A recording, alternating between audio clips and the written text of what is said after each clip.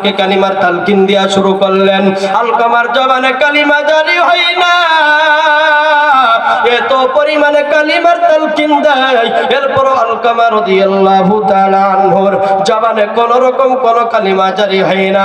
যখন জারি হয় না, সাহাবায়ে কেরাম পরামর্শ করে আলকামার বাড়ি থেকে বেলাল রাদিয়াল্লাহু তাআলা আনহুকে সাহাবায়ে কেরাম পরামর্শ করে নবীর দরবারে পাঠিয়ে দিলেন। বেলাল আমার নবীর দরবারে রওনা।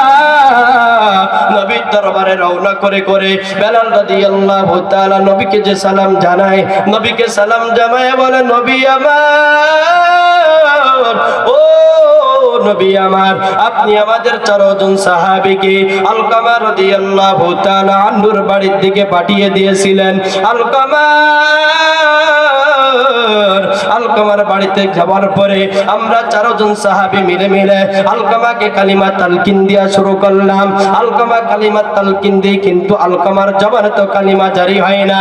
ও নবী আমার, তখন জারি হয় না। সাহাবায়ে কেরাম পরামর্শ করে আমাকে আপনার দরবারে পাঠিয়েছে। নবী আমার ডাক দিয়ে বলে, ও বেলাল শোনো, ووضعته كرها وحمله وفصاله 30 شهرا قال رسول الله صلى الله عليه وسلم من صلى علي واحدة صلى الله عليه 10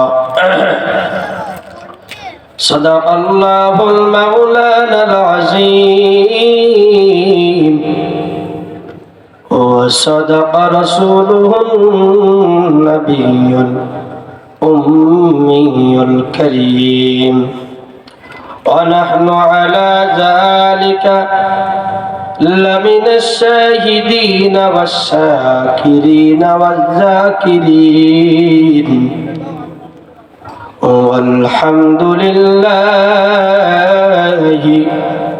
رب العالمين। শ্রীপুরের মুসলমান, মন থেকে দিল থেকে জবান খুলে বলো, আমার নবীর প্রতি ভালোবাসা আছে না? না। যদি আমার নবীর উপর ভালোবাসা থাকে, আর যদি আমার নবীর উপর মহব্বত থাকে, তাহলে আমি শামসুল আকবর আলী বলবো দুরূদ পড়ার জন্য, এই জন্য পড়া যাবে না। কারণ আমার নবী বলেন, قال رسول الله صلى الله عليه وسلم من صلى علي واحدة صلى الله عليه 10। আরে নবীর উম্মতের দল, আমার নবী ডাক দিয়ে বলে, আমার উম্মতের দল, যদি আমার মহব্বত আর আমার ভালোবাসা নিয়ে যদি আমার উপর একবার দুরূদ পড়তে পারো, তাহলে আমি নবী বললাম আমার আল্লাহ তাআলা সাথে সাথে 10টা রহমত নাজিল করবে। শ্রীপুরের মুসলমান জবান খুলে বলা যাবে কি সুবহানাল্লাহ? ও শ্রীপুরের মুসলমান জবান খুলে বলো, আমার নবী বলছেন, আমার কোন উম্মতের দলেরা, আমার উম্মতেরা যদি আমার মহব্বত নিয়া আমার প্রেম আর আমার ভালোবাসা নিয়া একবার দুরূদ পড়তে পারে, তাহলে আমি নবী বললাম আমার আল্লাহ তাআলা 10টা রহমত নাজিল করবে, আর আমার আল্লাহ তাআলা তার আমলনামায় 10টা নেকি দান করবে। জোরে বলেন না সুবহানাল্লাহ। ও শ্রীপুরের মুসলমান, ও আমার পর্দার আড়ালের মা ও বোনেরা, ওরে আমার কলেজার টুকরা যুবক, আজ যুবক আয় জান্নাতের বাগানে আয় রে যুবক। আমার নবী তো বলছেন তিনটা সুসংবাদ দিয়েছেন। একটা দিয়েছেন আল্লাহ তাআলা 10টা রহমত নাজিল করবে, 10টা নেকি আল্লাহ তাআলা দান করবে। আর আমার নবী বলেন আমার মহব্বত আর আমার ভালোবাসা নিয়ে নিয়ে যদি আমার উম্মতেরা আমার উপর দরুদ পড়তে পারে, যে গুনার কারণে কিয়ামতের ময়দানে আমার উম্মতেরা জাহান্নামের দিকে দৌড়াইবে, ওই রকম বড় বড় 10টা গুনাহ আমার আল্লাহ তাআলা ক্ষমা করে দিবে। জোরে বলেন না সুবহানাল্লাহ। এবার শ্রীপুরের মুসলমান বলো, আমার নবীর উপরে প্রেম আর ভালোবাসা নিয়ে দরুদ পড়া যাবে কি যাবে না? যদি তাই যাই তাহলে আমি শামসুল হক বেলালী বলবো, এই জন্য আমরা কেউ দরুদ পড়ব না। এখন আমরা নবীর মহব্বত আর নবীর ভালোবাসা নিয়ে নিয়ে দরুদ পড়ব। আল্লাহ 10টা রহমতের আশায় দরুদ পড়ব, 10টা নেকের আশায় দরুদ পড়ব। সব থেকে বড় আশা করব নবীর মহব্বত আর প্রেম ভালোবাসা নিয়ে একবার দরুদ পড়লে আল্লাহ তাআলা 10টা গুনাহ মাফ করবে। এই আশা নিয়ে এই উদ্দেশ্য করে করে আমার পর্দার আড়ালের মা বোনেরা, আমার যুবক ভাইয়েরা, শ্রীপুরের মুসলমানেরা, আমরা অন্তরের গভীর স্থল থেকে এখন সকলে দুরুদে ইব্রাহিম পড়ব। আল্লাহুম্মা সাল্লি আলা মুহাম্মাদি ওয়া আলা আলি মুহাম্মাদ কামা সাল্লাইতা আলা ইব্রাহিম ওয়া আলা আলি ইব্রাহিম ইন্নাকা হামিদুম মাজিদ। আল্লাহুম্মা বারিক আলা মুহাম্মাদি ওয়া আলা আলি মুহাম্মাদ কামা বারাকতা আলা ইব্রাহিম ওয়া আলা আলি ইব্রাহিম ইন্নাকা হামিদুম মাজিদ। লা ইলাহা জরে লা ইলাহা ইল্লাল্লাহ, লা ইলাহা। ভাইয়া বাবু দূরে মদিনা আমরা কেমনে যাব জানি না, দয়া করো দয়ার আল্লাহ, দয়া করো দয়ার আল্লাহ, মিটাও মনের বাসনা। জোরে লা ইলাহা, জোরে লা ইলাহা, জোরে লা ইলাহা ইল্লাল্লাহ, লা ইলাহা, লা ইলাহা ইল্লাল্লাহ মুহাম্মাদুর রাসূলুল্লাহ সাল্লাল্লাহু আলাইহি ওয়াসাল্লাম। সকলে জবান খুলে বলেন আলহামদুলিল্লাহ। আজকের এই মাহফিলে আপনারা খুশি না বেজার? সবাই খুশি তো ইনশাআল্লাহ? অল্প খুশি না মেলা খুশি? আপনারা জানেন আজকের এই মাহফিল মরহুম আমিনউদ্দিন শেখ, না আমিনউদ্দিন শেখের স্মরণে আজকের এই বিরাট ওয়াজ মাহফিল। জানেন না আপনারা সবাই?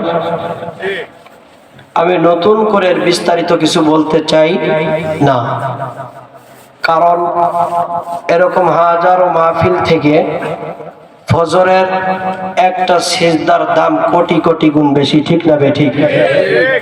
বেশি রাত করব না, অল্প সময় আলোচনা করব, আখেরি মোনাজাত হবে। যতটুকু শুনতে পেরেছি আপনাদের জন্য কিছু তবারকেরও ব্যবস্থা আছে, ঠিক কিনা? এই জন্য মূল আলোচনার দিকে দ্রুত চলে যাব। আমি পবিত্র কালামুল্লাহ শরীফ থেকে যে আয়াত তেলাওয়াত করেছি, অগণিত হাদিস থেকে যে হাদিসটি পাঠ করেছি, কোরআন ও হাদিসের আলোকেই আলোচনা করার চেষ্টা করবো ইনশাআল্লাহ।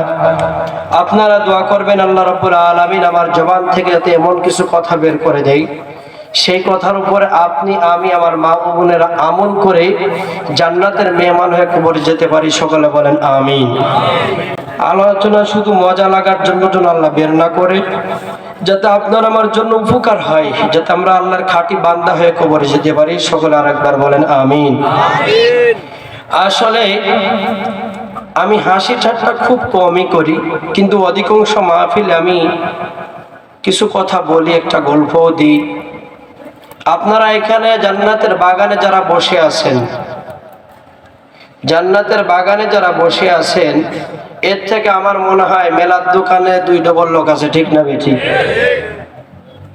এটা কিসের বাগান? আচ্ছা বলেন তো, জান্নাতের মধ্যে মানুষ গুনাহ নিয়ে প্রবেশ করে না নেক আমল নিয়ে প্রবেশ করে? জান্নাতের মালিক কে? আল্লাহ। তাহলে আপনার আমার কি গুনাহ নাই? আছে না গুনাহ?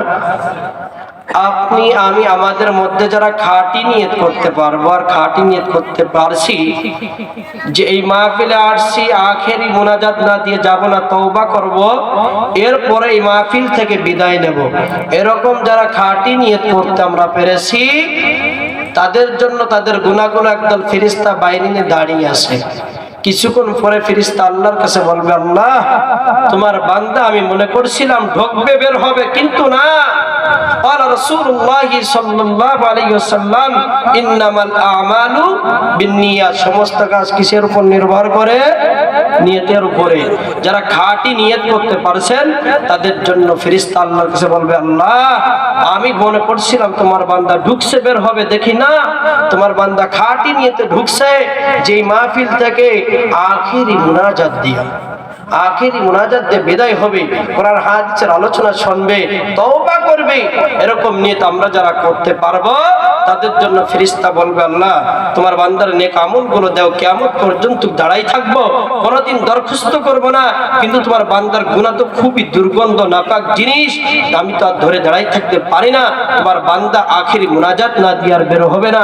আমার আল্লাহ তাআলা বলবেন, ফেরেশতা রে, আমার বান্দা শয়তানের ধোঁকায় পড়ে টুকেটাকে জীবনে যা কিছু গুনাহ করেছে, আজকে খাঁটি নিয়ত করে এই মাহফিলের ময়দানে জান্নাতের বাগানে বসার কারণে আমি রব্বুল আলামিন আমার বান্দার টুকিটাকি গুনাহ, সমস্ত গুনাহগুলো আমি আল্লাহ তাআলা ক্ষমা করে দিলাম। যারা বলেন সুবহানাল্লাহ। তাহলে আপনারা খুশি না বেজার? একদল আছে দেখবেন, এরা মাহফিলে আইছে, মাহফিলে বসবে না, কিন্তু বাইরে যে গল্প ঠিকই মেরে দেবে। মাহফিল অত্র এলাকায় তো ছড়াইয়া গেছে, ঠিক না বেঠিক? যে আজকে শ্রীপুর মাহফিল, এই পাশে কি আপনাদের এইদিকে কি যুবতী কোনো মেয়ে নাই? আছে না? তারা কি প্রেম প্রীতি করে না? করে কি করে না? আরে অনেকের প্রেম প্রীতি মানুষ জানে, অনেকের প্রেম প্রীতি জানতে পারে না, ঠিক না বেঠিক? ওই বন্ধুরা ফোন দিয়েছে, শোনা পাখি আজকে তো তোমাদের বাড়ির কাছে মাহফিল, আমি কিন্তু আসলে কোন জায়গায় দেখা করবো কও। আছে না এক গ্রুপ? এই কথাটা বলার পরে মনে করেন যে এরপরে আইসে মাহফিলি, বন্ধু বান্ধবরা খুঁজছে, কিরে দোস্ত কোনে গেছিলি সকালবেলা? করে আর আমি তো কারণ না, আমি তো মাহফিলি গেছিলাম, ঠিক না বেজি? ও মাহফিলে কি আসা আইছে? আমি একটা গল্প দিই। এক লোক হলো বিশাল চালাক। কি চালাক? দেখলো না কিছু মানুষ একটু জম্মের বোঝা বোঝে, আছে না এক গ্রুপ এরকম জম্মের বোঝা বোঝে। তো এক লোক না রাস্তাতে যাচ্ছে দিনের বেলায়, তার রাস্তার মাঝখানে দেখছে পায়খানা। কি দেখছে? পায়খানার কালারও তো আল্লাহর মতো বিশাল একটা কালার, ঠিক না বেঠি? বিভিন্ন কায়দার মিশে যায় কি যায় না? ও পায়খানা দেখে চিন্তা করতেছে, জিনিসটা কি রে? কি চিন্তা করতেছে? জিনিসটা কি রে? চিন্তা করতে করতে মানে কি রে, ফাঁকা জায়গা দিনের বেলায় এই জিনিস ফেলাইছে গেল কিটা? ও চিন্তা করতে করতে আঙ্গুল তার মধ্যে ঠেলিয়ে দিয়েছে। আঙ্গুল ঠেলে দেওয়ার পরে এরপরে জিনিসটা কি, মানে এত বোঝা বোঝে, বুঝতে বুঝতে জিব্বার পরে দিয়ে দিয়েছে এক চাটা দিয়ে। এবারে তার বুঝতে বাকি নেই, সেই সময় 2 হাত মাথায় দেখেছে, ওরে সর্বনাশ, আমার কপাল যে আল্লাহ কত ভালো রাখছে, আমার কপাল যে কত ভালো, ভালো কোনদিন আমি পাড়াই দিইনি। জোরে আসা যাবে না, মানে পায়খানার মধ্যে আঙ্গুল ঢুকোই জিব্বাই দিয়ে চাটা দেখছো, ওরে কপাল কত ভালো, ভালো বন্ধু আমি পাড়াই দিইনি, ও গু খাইয়ে ফেলাই দিচ্ছে, ও পাড়াই দিইনি, এই জন্য কপালগুলো বিশাল ভালো। এই গ্রুপ হলো মাহফিলে এসে জাহান্নামের আসামি হয়ে যাচ্ছে। সকালবেলা যে গল্প মারতেছে আমি মাহফিলে ইসলাম, আর গু খার মতন না, কোন গু খায় করছে কপাল কত বড়, জাহান্নামে যে করছে মাহফিলে ইসলাম। আল্লাহ পাক সকলকে হেদায়েত দান করুক, সকলে বলেন আমিন। আপনাদের সামনে পবিত্র কালামুল্লাহ শরীফ থেকে কিন্তু আমি একটা আয়াত তেলাওয়াত করেছি, বিসমিল্লাহির রহমানির রহিম। ওয়াসাইনাল ইনসানা বিওয়ালিদাইহি ইহসানা। ও শ্রীপুরের মুসলমান, ও আমার কলিজার টুকরা যুবকেরা রে, ও আমার পর্দার আড়ালের মা ও বোনেরা, ওরে যুবক, কোথায় শয়তানের ধোঁকায় পড়ে পড়ে এলোমেলো ঘোরাফেরা করছো, আসো মাহফিলের ময়দানে আসো। ও শ্রীপুরের যুবকেরা রে, এই মাহফিল তোমার জীবনের যদি শেষ মাহফিল হয়ে যায়, আর যদি আজকের রাতে যদি তোমার মরণ হয়ে যায়, তাহলে যদি মাহফিলের ময়দানে বসতে না পারো, আল্লাহর দরবারে আগামীকাল কবরে যাওয়ার পরে কি তুমি জবাব দিবা, কি তুমি হিসাব দিবা? এই মাহফিল যদি তোমার আমার জীবনের শেষ মাহফিল হয়ে যায়, তাহলে যদি মাহফিলের ময়দানে বসতে পারো, আর আল্লাহ তাআলা যদি এই মাহফিল কাজকে কবুল করে নাই, তাহলে কালকে তো মালিকের দরবারে তুমি বলতে পারবা, আয় আল্লাহ, শ্রীপুর আমিনউদ্দিন শেখের স্মরণের যে মাহফিল, এই মাহফিলের ময়দানে গিয়েছিলাম, জীবনে যা কিছু অন্যায় করেছি ক্ষমা করে দাও, মাহফিলের ওসিলায় তুমি আমাকে জান্নাত দান করে দাও। ওরে যুবক আয়, আমি তো তোর মতন একজন যুবক, আমার বয়স কিন্তু বেশি নয়। ও আমার মা ও বোনেরা, এখনো যারা এলোমেলো ঘোরাফেরা করছো, তোমাদের জন্য সুন্দর একটা জায়গার ব্যবস্থা করা হয়েছে।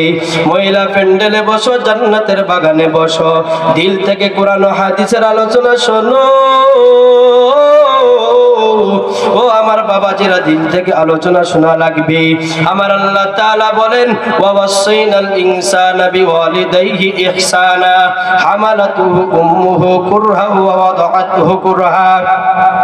ও আল্লাহর বান্দারা, ও নবীর উম্মতের দল, আমার আল্লাহ তাআলা, আমার রব্বুল আলামিন ডাকতে বলেন, ওয়াসাইনাল ইনসানা, আমাদেরকে আল্লাহ তাআলা ডাকতে বলছেন, বান্দাদেরকে ডাকতে বলতেছেন, ও আমার বান্দারা, তোমরা মা বাবার প্রতি ইহসান করো, ভালোবাসা করো, ভালোবাসাটা বাড়ায়া দাও, মা বাবার কদরটা তোমরা বাড়ায়া দাও। মা বাবা এমন মূল্য সম্পদ, আমার আল্লাহ বলেন, মা বাবা যদি তোমার কোনো ব্যবহারে কষ্ট না পায়, তোমার কোনো আচরণের জন্য মা বাবা কষ্ট না পায়, ও শ্রীপুরের মুসলমান, দিলের কান লাগায় শোনার জন্য আমি শামসুল হক বেলালী তোমাদেরকে অনুরোধ করে করে বলবো, যদি তুমি ধনী হতে চাও, মা বাবার দোয়া তোমার জীবনের সাথে লাগায়া নাও। যদি তুমি হজ করতে চাও, মা বাবার দোয়া তোমার জীবনের সাথে লাগায়া নাও। ওরে যুবক, আও আমার কলিজার টুকরা যুবকেরা, যদি তুমি কোনো আলেম হতে চাও, তাহলে মা বাবার দোয়া তোমার জীবনের সাথে লাগানো লাগবে। আজকের আমার আলোচনার উদ্দেশ্য, বর্তমান সমাজে দেখা যায় অধিকাংশ সন্তানেরা মা বাবার খেদমত করতে চায় না, মা বাবার সেবা করতে চায় না, ঠিক না বেঠিক? ও শ্রীপুরের মুসলমান, ও যুবক, আমি শামসুল হক বেলালী বানায়া বানায়া আলোচনা করার জন্য শ্রীপুর আসি নাই। ওরে যুবক, যারা মা বাবাকে কষ্ট দিয়েছো, তাদের উদ্দেশ্য করে করে আজকের আমার এই আলোচনা। আল্লাহর এক নবীর এক সাহাবী আলকামা রাদিয়াল্লাহু তাআলা আনহু, আলকামা রাদিয়াল্লাহু তাআলা আনহু এমন একজন সাহাবী ছিলেন, তার নামাজ নামাজের কোনো ঘাটতি ছিল না, 5 ওয়াক্ত নামাজ সঠিকভাবে আদায় করতেন। আলকামা রাদিয়াল্লাহু তাআলা আনহু সঠিকভাবে দান সদকা করতেন। আলকামা তাহাজ্জুদের নামাজ আদায় করতেন। আলকামা জিকির আজকার করতেন, সঠিকভাবে কোরআন তেলাওয়াত করতেন। আলকামা খুবই একজন দানবীর ছিল। মাদ্রাসা মসজিদে তার দানের কোনো অভাব ছিল না। এই আলকামা রাদিয়াল্লাহু তাআলা আনহু ঘটনাটা সংক্ষেপ করে নিয়ে আসবো, কারণ অনেক রাতের দিকে যাব না। এরকম হাজারো মাহফিল থেকে 1 রাকাত ফজরের নামাজের দাম কোটি কোটি গুণে বেশি। ওরে যুবক, অল্প কিছু আলোচনা করব। অল্প কিছু আলোচনার মধ্যে আল্লাহ চাইলে হিদায়াত হয়ে যাবে। যুবক রে, আল্লাহর নবীর ওই সাহাবী আলকামা রাদিয়াল্লাহু তাআলা আনহু, আলকামা যখন মৃত্যু শয্যায় শায়িত হয়ে গেলেন, আলকামা রাদিয়াল্লাহু তাআলা আনহুর বিবি আলকামাকে কালিমার তালকিন দেয়া শুরু করলেন। আলকামার জবানে কালিমা জারি হয় না রে যুবক। আলকামার জবানে যখন কালিমা জারি হয় না, আলকামা রাদিয়াল্লাহু তাআলা আনহুর বিবি চিন্তা করে করে ভেবে ভেবে আমার নবীজির দরবারে রওনা, আমার নবীর দরবারে যখন রওনা করলেন, নবীর দরবারে রওনা করে করে নবীর কাছে গিয়ে বলতে লাগলেন, নবী আমার, আপনার সাহাবী আলকামাকে তো আপনি চিনেন। আলকামা তো খুবই অসুস্থ। আলকামা যেন কখন দুনিয়ার থেকে চির বিদায় নাই। আমি তো আলকামাকে কালিমার তালকিন দিয়া শুরু করছি, তবে আলকামার জবানে কালিমা জারি হয় না। আমার নবীজি শোনার পরে 4 জন সাহাবীকে ডাক দিলেন। হযরত বেলাল রাদিয়াল্লাহু তাআলা আনহু, হযরত সালমান ফারসি রাদিয়াল্লাহু তাআলা আনহু, এরকম 4 জন সাহাবীকে ডাকতে বললেন, ও আমার সাহাবায়ে কিরাম, যাও জলদি করে যাও, আলকামা রাদিয়াল্লাহু তাআলা আনহুর বাড়িতে যাও। আলকামা খুবই অসুস্থ। আলকামা কখন জানি দুনিয়ার থেকে চির বিদায় নাই, কিন্তু আলকামার জবানে তো কালিমা জারি হয় না, কালিমা জারি হয় না। আলকামা কি গিয়া গিয়া কালিমার তালকিন দাও। আরে নবীর উম্মতের দিলের কান লাগায় শোনার জন্য আমি শামসুল হক বেলালী তোমাদেরকে অনুরোধ করব, কারণ আর তোমাদের সামনে আমার জীবনে আলোচনা করার সুযোগ হতেও পারে, নাও পারে। তোমাদের জীবনে মাহফিল আর আসতেও পারে, নাও পারে। এই মাহফিল শেষ মাহফিল মনে করো, শেষ মাহফিল মনে করে দিলের কান লাগায় দিয়ে আলোচনা শোনো, তওবা করার জন্য নিয়ত করো। আলোচনা শোনো, আলোচনার মাঝে মাঝে তওবা করার নিয়তটা সম্পূর্ণ করে ফেলো রে যুবক। ও মায়ের সন্তানের দলেরা, যাদের মা বাবা এখনো দুনিয়ার মধ্যে জীবিত আছে, তাদেরকে উদ্দেশ্য করে করে আজকে আমি শামসুল হক বেলালীর এই আলোচনা। ওরে যুবক, আমার নবীজি 4 জন সাহাবীকে আলকামা রাদিয়াল্লাহু তাআলা আনহুর বাড়িতে যখন পাঠিয়ে দিলেন, আলকামা বাড়িতে যখন পাঠিয়ে দিলেন, আলকামার বাড়িতে পাঠানোর পর, আলকামার বাড়িতে যাওয়ার পরে 4 জন সাহাবী মিলে মিলে আলকামা রাদিয়াল্লাহু তাআলা আনহুকে কালিমার তালকিন দেয়া শুরু করলেন। আলকামার জবানে কালিমা জারি হয় না,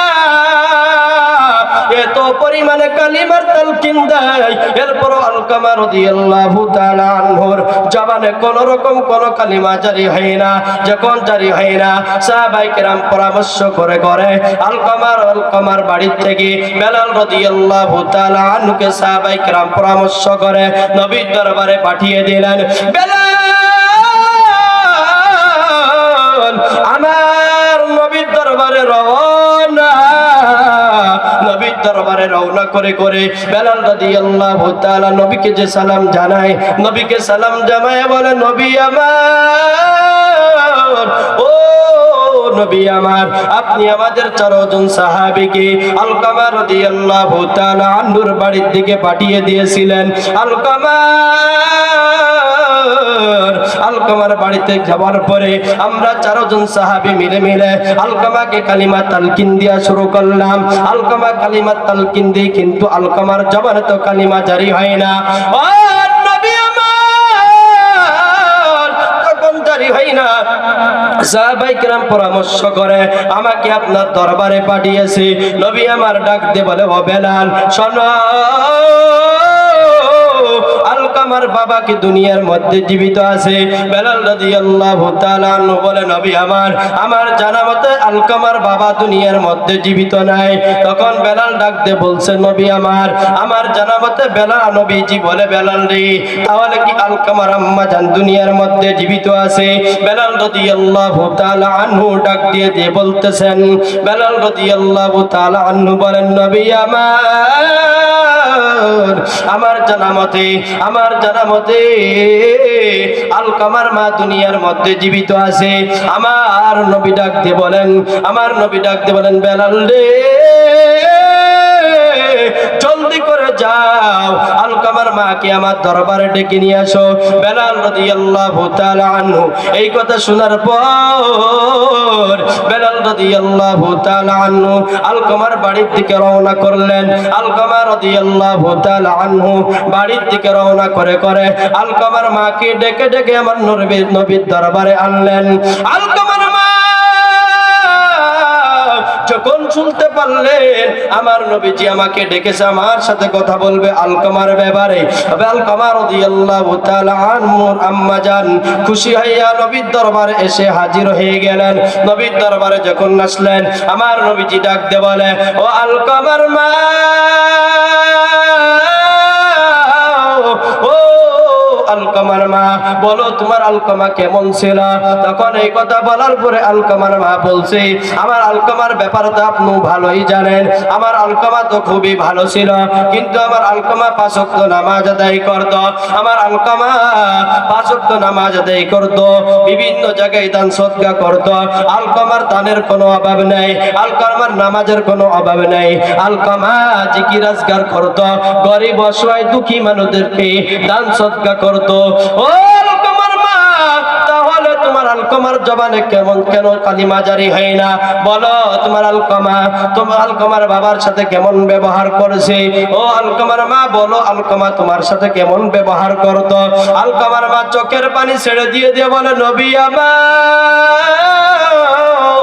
আমার আলকামা তার বিবির কথা শুনে শুনে আমার আলকামা আমাকে জীবনে অনেক কষ্ট দিয়েছে, আমার আলকামা আমার খেদমত সঠিক ভাবে করে নাই। ও নবী আমি আপনাকে বলবো, আমার আলকামা এত পরিমাণে কষ্ট দিয়েছে, মনে পড়লে আমার সহ্য হয় না। আরে নবীর উম্মতের দল, ওরে নবীর আশিকের দল, দিলের কান লাগায় শোনো, দেখো ঘটনাটা শোনার পরে জীবনের পরিবর্তনটা আনতে পারো কিনা, তওবা করতে পারো কিনা রে যুবক।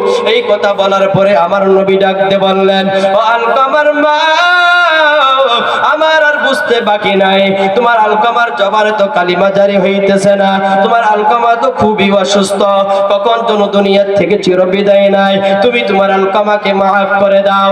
আলকামার মা ডাক দিয়ে বলে, নবী আমার আলকামা আমাকে এত পরিমাণে কষ্ট দিয়েছে, আমার তো মাফ করতে মন চায় না।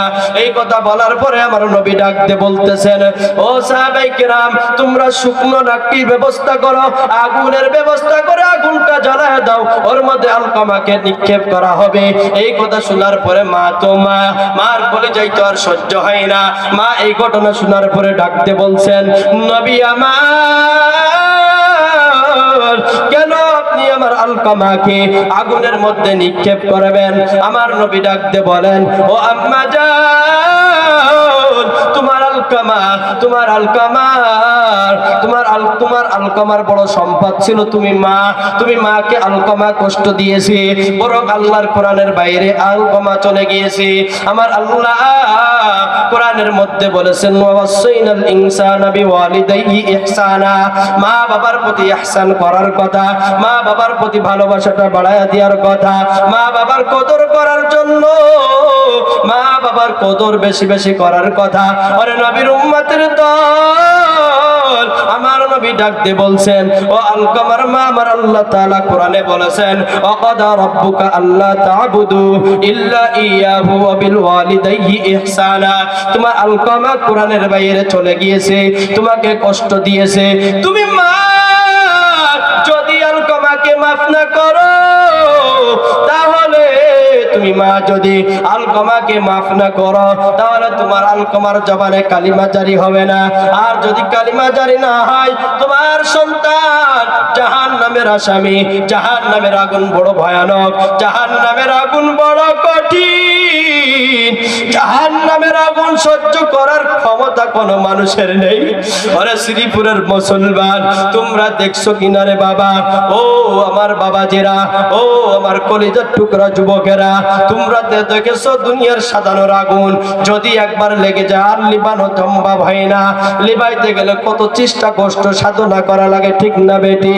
আর জাহান্নামের আগুন যদি আল্লাহ না লিখবে না আলকামার মা। এই জন্য দুনিয়ার সাধারণ আগুনে তোমার সন্তানকে পুড়িয়া সরকার করে দিতে চায়। আলকামার মা এই কথা শোনার পরে ডাক দিয়ে বলছেন, ও নবী আমার সন্তান আলকামা জীবনে যা কিছু ভুল করেছে, আমার সন্তান তো না বুঝে ভুল করেছে, আমি মা হয়ে কেমনে সহ্য করব? আমার সন্তান আমার সামনে আগুনে জ্বলবে, আমি মা হয়ে তো সহ্য করতে পারবো না। ও নবী আমার, আপনি সাক্ষী, আপনার সাহাবায়ে কিরামরা, আমার আলকামা জীবনে যা কিছু অন্যায় করেছে, যা কিছু ভুল করেছে, আমি আলকামার মা আমার আলকামাকে আমার দিল মন অন্তরের গভীর স্থল থেকে ক্ষমা করে দিলাম। জোরে বলুন সুবহানাল্লাহ। আরে শ্রীপুরের মুসলমান, ও আমার পদ্মার আড়ালের বাবা বোনেরা, এই কথা বলার পরে আমার নবীজি বেলাল রাদিয়াল্লাহু তাআলা আনহুকে আলকামার বাড়ির দিকে রওনা করতে বললেন। বলল যে যাও এবার আলকামাকে কালিমার তালকিন দাও। বেলাল আলকামার বাড়ির দিকে রওনা। যখন আলকামার বাড়ির দিকে রওনা করছে, আলকামার বাড়ির দিকে যখন রওনা করেছেন, বেলালের কানে আওয়াজ আসে, আর আলকামা কি কোন লোকের কালিমার তালকিন দেয়া লাগে না। এখন আলকামা নিজেই পড়ে লা ইলাহা ইল্লাল্লাহ, জোরে লা ইলাহা ইল্লাল্লাহ, লা ইলাহা ইল্লাল্লাহ মুহাম্মাদুর রাসূলুল্লাহ। ওরে নবীর উম্মতের দল, ওরে নবীর আশিকের দল, দিলের কান লাগায়া শুনবা।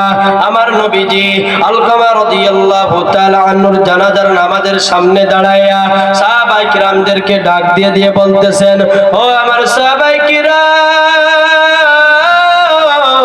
শোনো, তোমরা তো সকলে আলকামাকে চিন্তা। আলকামার নামাজের অভাব ছিল না, আলকামার দান সৎকার অভাব ছিল না। আলকামা এত বড় একজন দানবীর ছিল, এত বড় একজন নামাজিওয়ালা ছিল। এরপরও তাকায়া দেখো, আলকামার মতন সাহাবী মাকে কষ্ট দেওয়ার কারণে আলকামার জবানে কালিমা জারি হইতেছে না। তোমরা যদি সাহাবায়ে কিরাম, তোমরা আমার যে কোনো উম্মত যদি এরকম মা বাবাকে কষ্ট দাও, তাহলে তোমরাও কিন্তু জান্নাত পাইবা না, জবানে কালিমা জারি হবে না। ওরে যুবক, পায়ে হাত রেখে রেখে বলবো, ও যে সকল যুবকেরা যারা মা বাবাকে কষ্ট দিয়েছো, যে সকল ভাইয়েরা মা বাবাকে কষ্ট দিয়েছো, আজকে যে তওবা করবা, কারণ তওবা যদি না করো, মাফ যদি না চাও, যদি মারা যাও জাহান্নামের আসামি হয়ে যাইবা। এই জন্য আজকের এই আলোচনার পরে কে কে পারবা, কোন কোন যুবক পারবা আজ থেকে আর মা বাবাকে কোনোদিন কষ্ট দিবা না? দুটো হাত আমার আল্লাহকে দেখায়া দাও। নারায়ে তাকবীর, নারায়ে তাকবীর। আল কোরআনের